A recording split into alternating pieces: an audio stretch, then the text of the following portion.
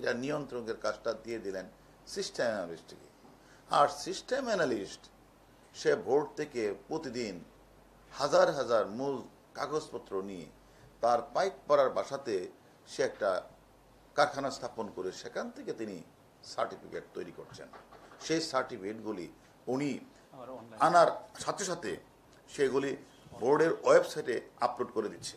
অর্থাৎ আপনি সার্টিফিকেটটা নিয়ে কোথাও ভর্তি হলে, বিদেশে গেলে সেখানে যখন সার্চ করবে তখন তো দেখবে যে বাংলাদেশ সরকারি শিক্ষা বোর্ডের ওয়েবসাইটে আপলোড করা আছে, এবং এই রেজিস্টার নম্বরগুলি সার্চ করলেই বোঝা যাবে যে সঠিক।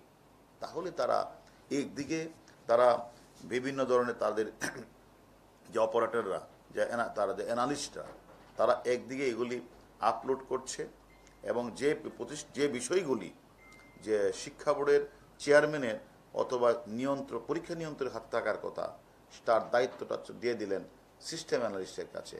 আর সে এগুলি আপলোড করে মানুষের কাছে সার্টিফিকেট বিক্রি করে পৃথিবীর বিভিন্ন দেশে তারা এই সার্টিফিকেটগুলি না শুধুমাত্র যে পরীক্ষা না, আপনার নাম বয়স কমিয়ে দিচ্ছে, তারা রেজিস্ট্রেশন নাম্বার চেঞ্জ করে দিচ্ছে, তারা বয়স একজনের নাম দিয়ে আরেকজনের নাম ঢুকিয়ে দিচ্ছে।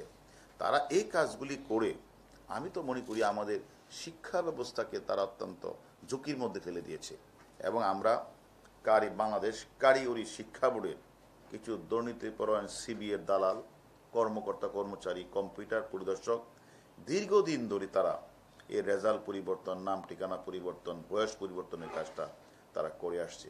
এবং সবচেয়ে আশ্চর্য বিষয় হচ্ছে এই অ্যানালিস্টের বিরুদ্ধে যখন কিছু কিছু সাংবাদিক তারা তার তথ্য পেয়ে তার নিউজ করবে বলে তারপরে ম্যানেজ হয়ে যায়, আর নিউজ করে না। এবং